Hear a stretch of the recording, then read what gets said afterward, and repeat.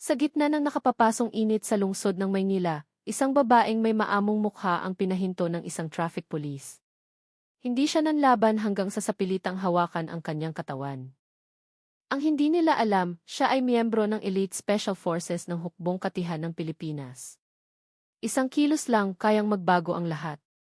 Hindi karaniwang babae si Sena Quirana. Sa unang tingin, mukha siyang karaniwang dalaga sa syudad. Ngunit ang disiplina at kapanatagan ay nakadikit sa kanya parang pangalawang bala. Sa loob ng ilang segundo, ang linya sa pagitan ng inspeksyon at pang-aabuso ay nalagpasan. At sa sandaling iyon, ang karaniwang tanghali ay naging entablado ng katotohanan. Makinis ang balat, maganda ang mukha, at may hubog ng katawan na napapalingon ang marami. Ngunit sa likod ng kagandahang iyon ay nakatago ang isang background na hindi alam ng marami.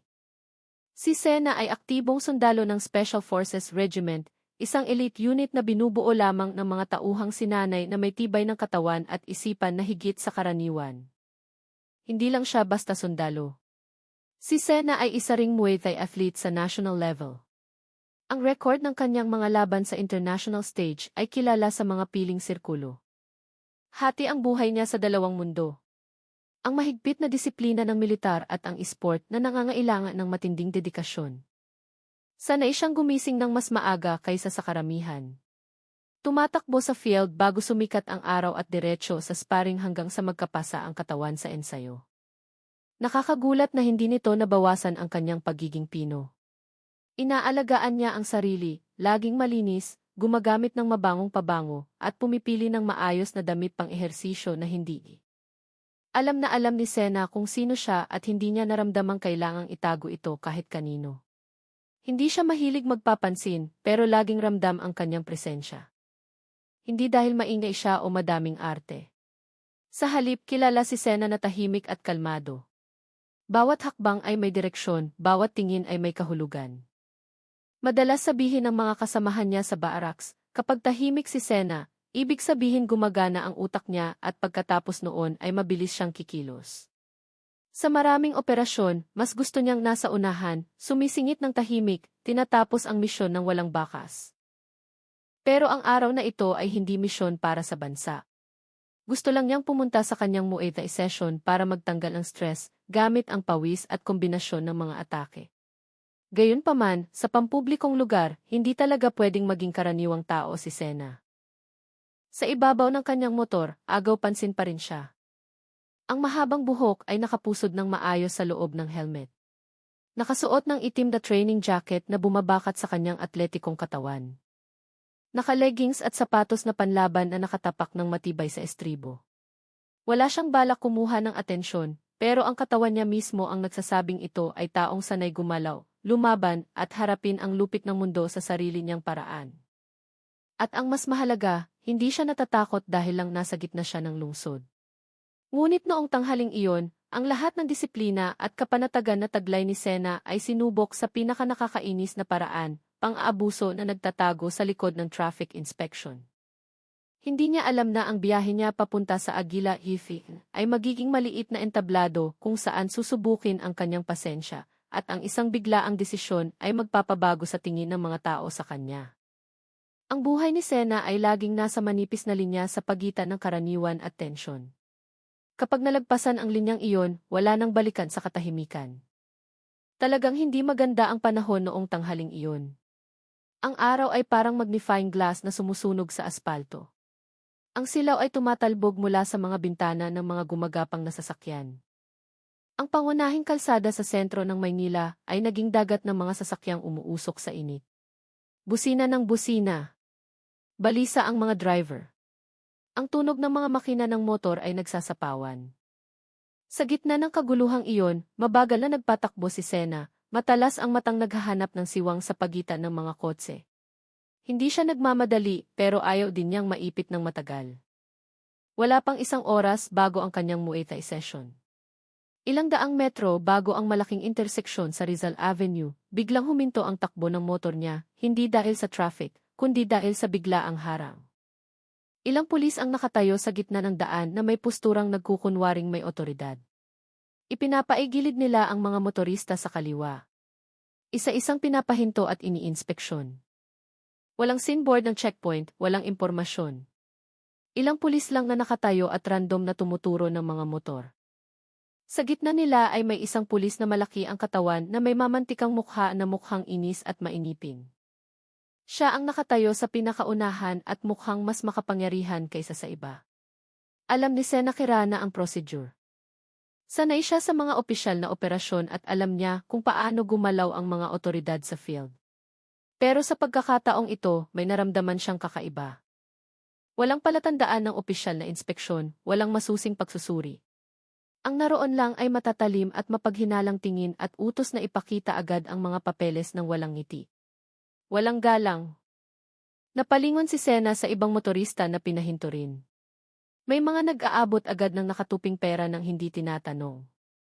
Mayroon ding nagrereklamo pero hindi makapalag. Pamilyar na tanawin sa bansang ito. Nang sa wakas ay turn na ni Sena na parahin, kumaway ang matabang pulis gamit ang dalawang daliri, sumenyas ng basta-basta na tumabi siya. Tumango lang ng marahan si Sena, itinabi ang motor sa ilalim ng puno at itinaas ang visor ng helmet. Nagsisimula ng pagpawisan ang kanyang sentido, pero nanatili siyang kalmado. Lumapit ang pulis na humahabol ang hininga at may tingin na hindi maganda. Tinitigan siya mula helmet hanggang dulo ng sapatos.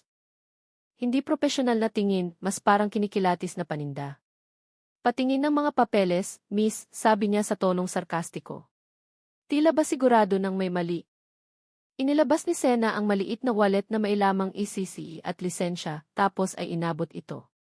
Tinanggap ito ng pulis, tiningnan saglit, tapos ay nagsimulang umiling-iling na may ekspresyong pilit. Nako, mukhang magkakaproblema to, miss, sabi niya habang naka-cross arms sa dibdib. Napakunot noo lang si Sena. Alam niyang walang problema, pero sa tono ng pananalita nito, nahulaan na niya. Hindi ito tungkol sa patakaran, tungkol ito sa maliit na kapangyarihan na lasing sa atensyon. Ang matabang pulis, si Staff Sergeant Damar, ay hawak pa rin ang mga papeles ni Sena habang nakataas ang kilay, tila ba sinusuri ang isang top secret document ng gobyerno. Gayong ang hawak lang naman niya ay valid na lisensya at rehistro. Binasa niya ng malakas ang pangalan ni Sena, tapos ay tinitigan ang mukha nito ng may mapang-asar na ngiti. Cornus Special Forces pala? Sabi niya na medyo natatawa. Ang mga babae pala ngayon pwede na ring maging sundalo, no? Ang tono ng boses ay pakinggan mong nang mamaliit. Tila ba ang status na iyon ay laro lang o hungkag na pag-aangkin? Hindi sumagot si Sena. Kilala niya ang mga ganitong klase ng lalaki na pakiramdam ay mas angat sila dahil lang naka-uniforme. Hindi dahil sa integridad, ang inspeksyon ay naging mas parang intimidasyon. Inikutan ni Damar ang motor ni Sena ng 2 beses, hinawakan ang side mirror, tinignan ang plaka, at tinitigan pa ang jacket na suot niya tila naghahanap ng nakatagong motibo. Ang bawat galaw niya ay masyadong pilit, tila naghihintay lang siya ng isang maliit na butas para gumawa ng rason. Hindi standard ang side mirror na to, dapat tiketan, sabi niya ng pabaliwala. Gayong stock naman galing pabrika ang side mirror. Pati helmet hindi standard. Dagdag niya habang tinatapik-tapik ang helmet na may malaking logo na sertipikado naman. Naramdaman ni Sena na umaakyat ang inis niya, pero nanatiling kalmado ang mukha. Pasok po sa standard ang lahat ng yan, sir. Pwede niyo pong i-check ulit, magalang pero matigas niyang sabi. Pero tumawa lang ng mahina si Damar at lumapit palalo. Ganito na lang, miss. Tulungan na lang kita. Huwag ka nang mag-abalang pumunta sa korte. Pero syempre may pangmeryenda naman dyan. Ang pangungusap ay lumabas na parang automatic na sa bibig niya, magaan at walang bigat. Tila ba ang pangingikil ay parte na ng routine. At ang mas nakakainis, sinabi niya ito ng relax tila ba susunod agad si Sena, gaya ng karaniwang nangyayari sa ibang motorista. Ngunit hindi na tinag si Sena. Tinitigan lang niya ito ng diretsyo. Walang reaksyon ng pagsuko at wala ring pilit ng ngiti. Ang katahimikan ng ilang segundong nilikha niya ay lalong nagpakabado kay Damar. O ano, miss? Ayaw mo ng abala, di ba? Kaysa pahabain pa natin, pwede ko nang tulungan na maklear to ngayon din, sabi niya habang hinahawakan ulit ang manibela ng motor ni Sena. Parang gustong kumpiskahin. Hindi maganda ang dating ng hawak na iyon. Dahan-dahan pero siguradong pinigilan ni Sena ang kamay nito. Nagbago ang tingin niya mula sa pasensyosa naging matalim gaya ng sundalong tinatantya ang banta. Nagsimulang magbago ang sitwasyon. Ang ilang motorista na kanina ay nagbagal lang dahil sa kuryosidad ay nakatingin na rin ngayon. May nagpapanggap na nagkakalikot ng cellphone, may nagsisimula ng mag-record ng palihim. Mukhang hindi pa nare-realize ng matabang pulis na ang paraan ng panggigipit niya kay Sena ay nagpapahiya sa sarili niya sa harap ng maraming tao. Masyado siyang bilib na ang babae sa harap niya ay susuko gaya ng nakasanayan. Pero ang araw na iyon ay hindi karaniwang araw at ang babae sa harap niya ay hindi taong pwedeng apihin. Nakatayo pa rin sa tabi ng motor, huminga ng malalim si Sena. Tuwid ang katawan, pero ang puso ay sinasakmal ang dalawang magkasalungat na bagay. Galit at pagpipigil sa sarili. Patuloy na nagsasalita ang matabang pulis. Mas mahina na ang boses niya ngayon parang nakikipagtransaksyon. Inilapit niya ang katawan kay Sena, nagtaas ng kilay, at mumititila nag-aalok ng marangal na tulong. Tutulungan kita, miss. Huwag ka nang mag-abalang pumunta sa korte. Bigyan mo lang ako ng pangmeryenda. Tapos na. Ang salita ay lumabas ng magaan gaya ng ugaling inulit-ulit na ng walang hiya, walang takot. Lumingon si Sena para siguraduhin kung sa kanya ba talaga nakatutok ang boses na iyon. Hindi siya nagkamali ng dinig. Sumulyap pa ang pulis sa kaliwat kanan bago nagdagdag, kung pwede ngayon, sasabihin ko na lang na clear na. Hindi na kailangang ilista. Dahan-dahang itinuro ng kamay nito ang maliit na pitaka na nakasabit sa liig ni Sena. Isenyas na hindi na kailangan ng salita. Ngunit, para kay Sena, ang maliit na galaw na iyon ay isang insulto. Hindi lang siya hinihinga ng suhol, tinatrato siya na parang tangang babae na pwedeng bilhin ng ilang pirasong lumang pera. Walang salitang lumabas sa bibig ni Sena noong oras na iyon, pero sapat na ang tingin ng mata niya para ipaliwanag na sinusubok ang hangganan ng pasensya niya. Alam niyang ang pagsagot ng may galit ay lalo lang magpapagulo. Pero ang manahimik ay pwede ring masamain ang kahulugan. Kaya pinili niyang tumitig ng diretso at ulitin ng mahinahon. Kumpleto ang papel ko, walang violation at hindi ako magbibigay ng lagay. Mahina ang boses niya, pero malakas para sa sinumang nakikinig. Ang ilang motorista sa likod ay nagsimulang mag-focus sa kanila. Kumapalang tensyon pero hindi sumuko ang pulis. Lumapit pa siya lalo, halos dumikit na, tapos ay tinapik ng mahina ang manibela ng motor ni Sena. Miss, huwag ka namang masyadong matigas. Nagtatrabaho din ako sa field. Kung hindi tayo magtutulungan, pareho tayong mahihirapan, sabi niya.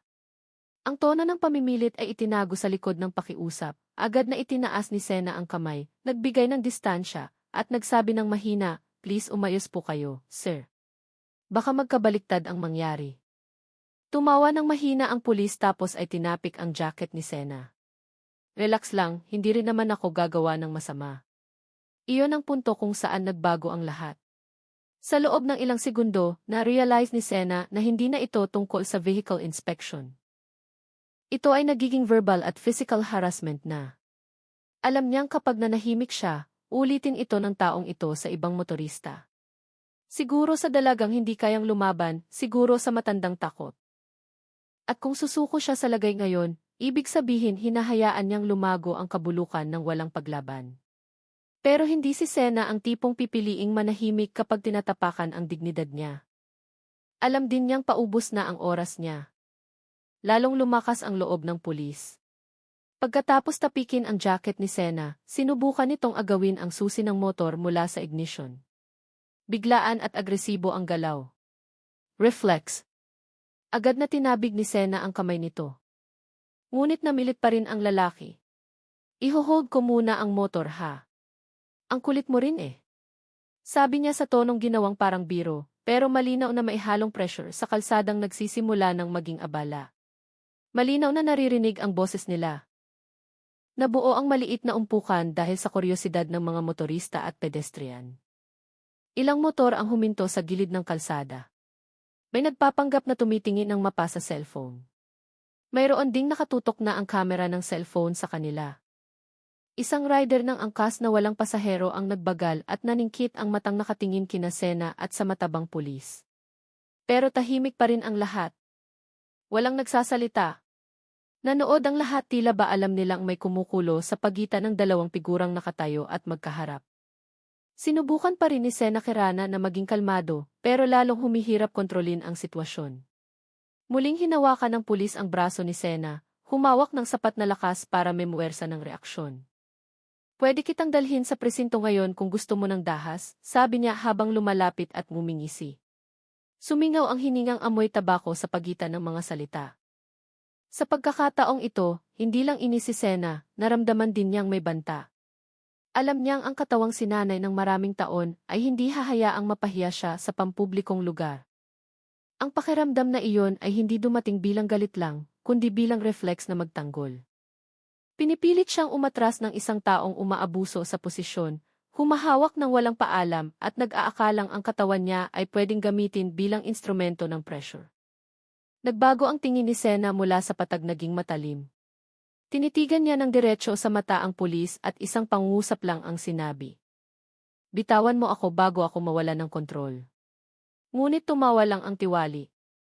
Hindi namamalayan, nakakatawid lang niya sa linyang hindi dapat tawirin. Sa sumunod na segundo, naglaho ang natitirang respeto sa lugar na iyon. Dahil sa unang pagkakataon, nagsimulang magsalita ang mga residente. "Masyado nang marahas yan, sir."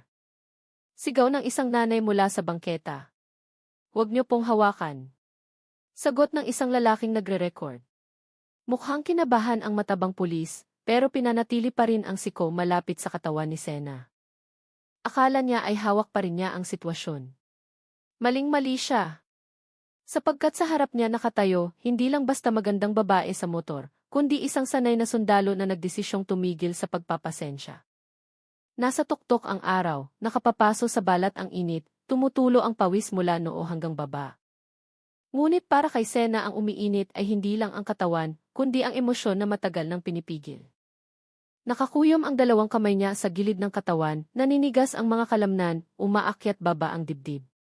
Hindi dahil hindi siya makalaban, simula pa lang ay nagpipigil na siya, nagbibigay ng puwang para sa lohika, bago ang reaksyon. Nalagpasan na ngayon ang hangganang iyon. Ang hawak na walang paalam, ang mapanghamak na tingin, at ngayon ang paghawak na dumidiin sa kanang braso niya, sapat na ang lahat.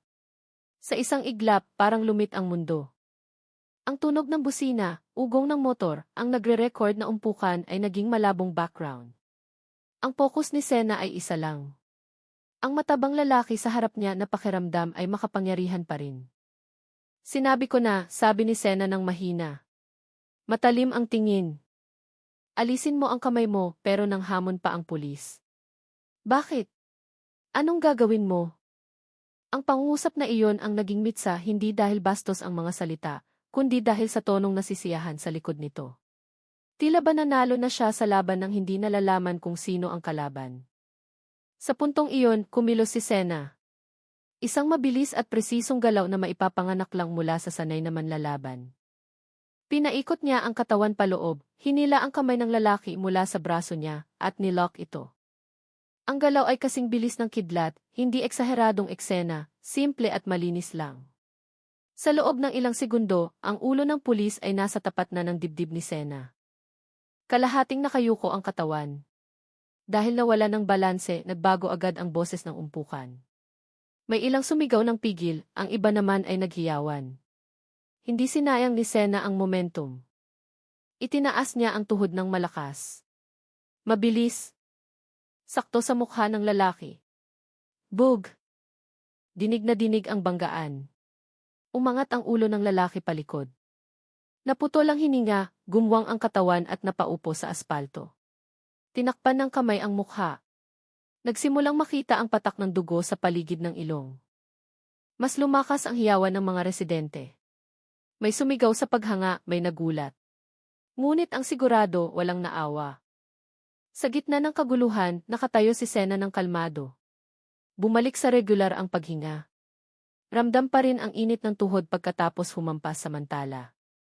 Nanatiling matalim ang mata, nanatiling alerto. Alam niyang sa sandaling kumilos siya ng ganito sa pampublikong lugar, magbabago ang lahat. Alam din niya. Walang mas nakakahiya para sa mayabang na lalaki kaysa mapahiya ng babae sa harap ng maraming tao. Noong araw na iyon sa ilalim ng init ng lungsod, ang dumating ay hindi mahabang report, kundi katarungan na dumating sa pamamagitan ng tuhod ng isang sundalo. Nakaupo pa rin sa aspalto ang katawan ng matabang pulis. Tinatakpan ng dalawang kamay ang mukha, nakakatanggap lang ng hampas. Hinihingal siya hindi lang dahil sa sakit, kundi dahil din sa shock. Hindi niya inakala na makakatanggap siya ng ganoong pisikal na atake, lalo na mula sa isang babae. Ngunit hindi ito karaniwang babae, ito si Sena Kirana. At ang tuhod niya ay hindi lang gamit sa paglalakad, kundi buhay na sandata, resulta ng ilang taong pagsasanay at laban. Ang atake kanina ay hindi bugso ng damdamin, iyon ay teknik, iyon ay presisyon. Ilang segundo bago iyon, humagibis ang tuhod sa bilis na sanay tumama sa bridge ng ilong ng pulis sa sentro ng pain control. May maliit na tunog na halos hindi marinig na narinig lang ng mga nakatayo sa pinakamalapit. Tumilapon ang ulo ng pulis palikod. Nanlaki ang mata.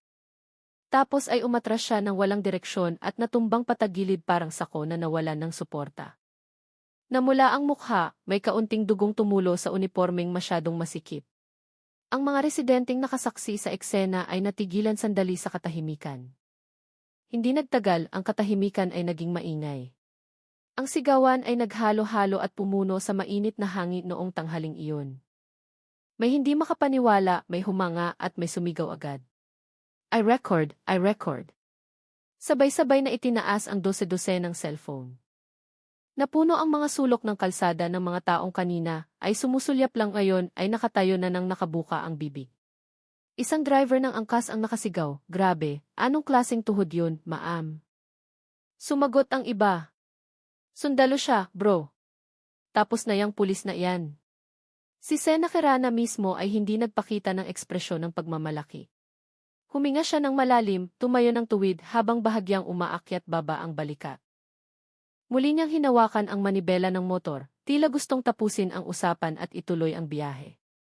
Gayunpaman, nanatiling alerto ang katawan niya. Alam niyang pwedeng subukang kumilos ng ibang pulis. Ngunit nang makita ng dalawang kasamang pulis na nagbabantay sa kabilang kalsada ang kalagayan ng mataba na nakahandusay, hindi sila lumapit. Umatras pa nga sila ng dahan-dahan. Ang mga nagpapanik na mukha ay nagbulungan sa isa't isa habang sumusulyap sa kamera ng mga residente. Sa gitna ng kaguluhan, hindi na kailangang magsalita ni Sena. Ang katawan niyang nakatayo ng matibay sa ilalim ng nakapapasong langit ng lungsod ay ang pinakamalakas na pahayag. Noong araw na iyon, hindi ang tiwali ang naghari, kundi ang katotohanan. At ang katotohanang iyon ay galing sa tuhod ng isang babaeng masyado ng matagal na nagtitimpi. Sa gitna ng mainit na lungsod, sa harap ng dose-dose ng mata, binaliktad ng isang mabilis na galaw ang mapa ng pekeng kapangyarihan. Nang humampas ang ulo ng matabang pulis sa aspalto at gumulong ang katawan ng walang lakas, nagbago ng tuluyan ang atmosphere sa kalsada. Ang pasibong umpukan ay naging alon ng kusang reaksyon. May pumalakpak, may humiyaw. Hindi kakaunti ang sumipol habang tumatawa ng malakas. Walang naawa, walang sumubok na tumulong. Dahil simula pa lang alam na ng lahat kung sino ang nanggigipit at sino ang ginigipit. Nakita nila mismo kung paano paglaruan si Sena, hawakan ng walang paalam, at painitin ang ulo sa gitna ng mainit na tanghali. Nagsimula ring magsalita ang mga motoristang pinahinto rin kanina. Isang tatay na nakauniporme ng ride-hailing api ang sumigaw ng malakas. Ayan, sa wakas may lumaban din. Sa kabilang banda, isang batang ina ang nagre-record habang bumubulong. Kanina pa kaya siya sobrang galang. Hindi na takot magsalita ang mga tao. Tila ba binuksan ng isang tuhod ni Sena ang balbula ng pressure na matagal na nilang pinipigilan. Ang pakiramdam ng pagkasuya, galit, at inis sa hindi makatarungang trato na madalas hinahayaan lang. Ang ilang motoristang naipit pa ay nagsimulang tumabi hindi dahil sa takot, kundi dahil gusto nilang makita ng malapitan. Tumayo sila sa bangketa, sumisilip sa katawan ng pulis na nakaupo pa rin sa lupa habang umiingit sa sakit. Marumi ang uniporme, namumula ang mukha at hindi na matalim ang mata gaya kanina. Patuloy na nagre-record ang kamera ng cellphone mula sa iba't ibang anggulo. Bawat galaw ni Sena, bawat buntong hininga, pati bawat ekspresyon ng mga residenteng naghihiyawan ay malinaw na nare-record sa mga video na maya-maya lang ay kakalat na sa buong social media. Nakatayo pa rin ang dalawang ibang pulis ilang metro sa likod. Mukha silang kabado at lito. Nagkatinginan sila at nagtimbangan. Dapat ba silang makialam o umatras na lang? Ngunit alam nilang ang isang maling hakbang ay pwedeng mauwi sa kahihiyan din dahil ang kaharap nila ay hindi ordinaryong mamamayan, hindi pa bago-bagong teenager, kundi isang sundalo na may pagkakakilanlan na kayang baliktarin ang sitwasyon anumang oras. Higit pa roon, kaharap na nila ngayon ang opinyon ng publiko na nakasaksi sa lahat ng nangyari ng live. Hindi nagsalita si Sena kahit isang salita. Hinayaan niyang umagos ang lahat ng reaksyon. Naiintindihan niyang sapat na ang kakagawa lang niya para magsalita para sa sarili niya. Sa gitna ng hiyawan, nakatayo siya ng tuwid hindi para magyabang, kundi para ingatan ang dangal na muntik ng agawin ng palihim. Sa mainit na tanghaling iyon hindi uniforme, hindi posisyon. Hindi sandata ang nagpatahimik sa kawalan ng katarungan, kundi katapangan.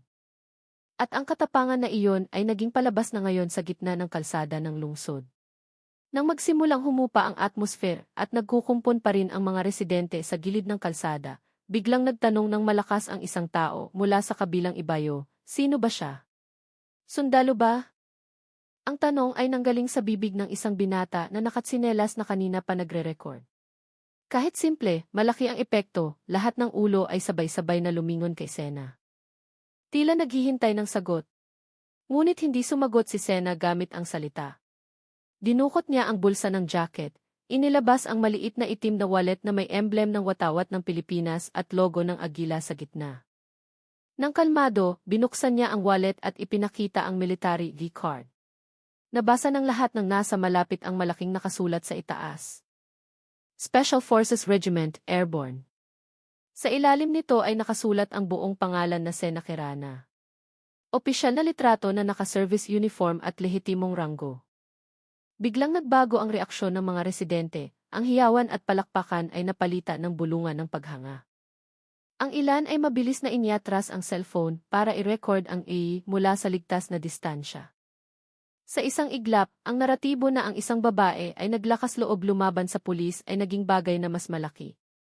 Ang dalawang pulis na kanina ay nag-aalangan ay tuluyan ng nanigas. Namutla ang mukha, nakanganga ang bibig, at nakapako ang mata sa military ID card. Na-realize nila na ang kaharap nila ay hindi lang sibilyan na magaling sa martial arts. Ito ay miyembro ng elite forces, puwersa na kahit ang pulis ay kailangang sumunod sa procedure kapag kaharap. Isa sa kanila ang sumubok humakbang pasulong, siguro ay para magpaliwanag, pero sumulyap lang si Sena sandali. Sapat na ang isang tingin na iyon para mapaatras siya nang hindi nagsasabi ng kahit isang salita.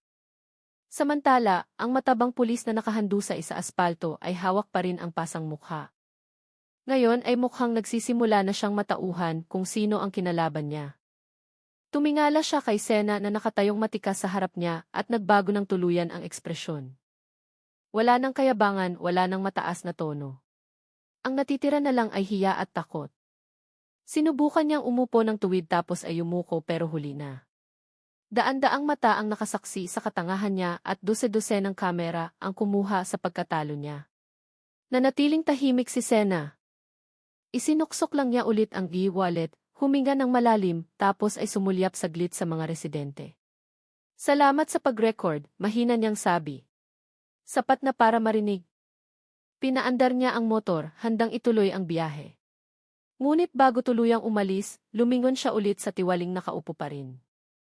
Gamitin mo ang uniforme mo para magprotekta, hindi para mang-api, kalmado niyang sabi. At dahil doon, ang tunog ng makina ng motor niya ay dahan-dahang lumayo, nag-iwan ng isang mahalagang aral na bumaon sa gitna ng kalsada ng lungsod. Hindi nagtagal.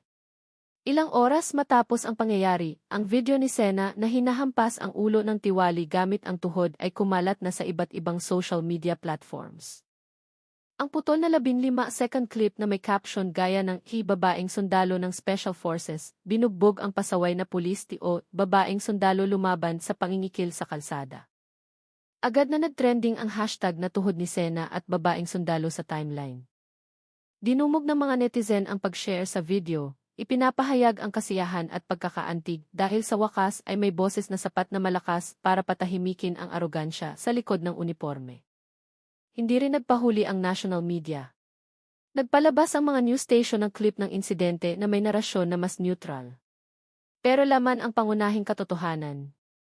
Isang babaeng miyembro ng Special Forces na nagngangalang Sena Kirana ang nagtanggol sa sarili mula sa marahas na trato. Traffic police na kilalang madalas masangkot sa pangingikil. In-interview ng mga journalist ang ilang saksi sa lokasyon, tricycle driver, housewife, hanggang parking attendant at lahat ay nagbigay ng parehong testimonya. Walang kasalanan si Sena. Ang tiwali mismo ang nagpahiya sa sariling institusyon. Mabilis ang reaksyon ng Central Police. Sa ilalim ng matinding presyo ng publiko, agad na inanunsyo ng Police Ethics Bureau na iimbestigahan ng Internal Affairs ang 3 opisyal sa lokasyon. Ang matabang pulis na naging sentro ng atensyon ay pansamantalang sinuspinde at ipinatawag sa headquarters noong gabing iyon din, walang depensa ang makakapagligtas sa kanya.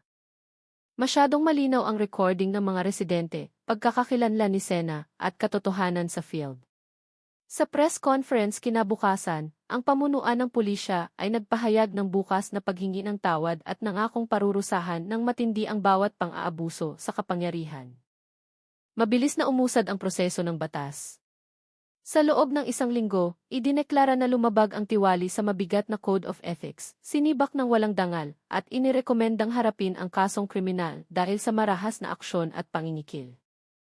Ang 2 kasama ay pinatawan din ng disciplinary sanction dahil hindi pinigilan ang aksyon simula pa lang. Para sa maraming tao, ito ay bihirang sandali. Kung kailan hindi kailangang maghintay ng matagal ng katotohanan para mahanap ang lugar nito. At ang lahat ng iyon ay nagsimula sa isang aksyon na nangyari sa tanghaling tapat na ginawa ng isang babae sa ibabaw ng motor. Samantala, bumalik si Sena sa routine. Hindi siya naghanap ng kasikatan, hindi ninamnam ang spotlight, tumanggi pang ang magpa-interview sa media. Nang tanungin ng superior, sinabi lang niya, ayoko lang manahimik kapag tinatapakan ang dangal. Tapos ay itinuloy niya ang Muay Thai training gaya ng dati, tumatakbo sa paligid ng barracks field na may pabigat sa likod gaya ng mga nakaraang araw. Kaya lang sa pagkakataong ito ay parang medyo gumaan ang pabigat. Dahil ngayon alam na niyang maraming tao ang naniniwala na ang tapang ay pwedeng manggaling kahit kanino, kahit sa tuhod ng isang babae. Yeh!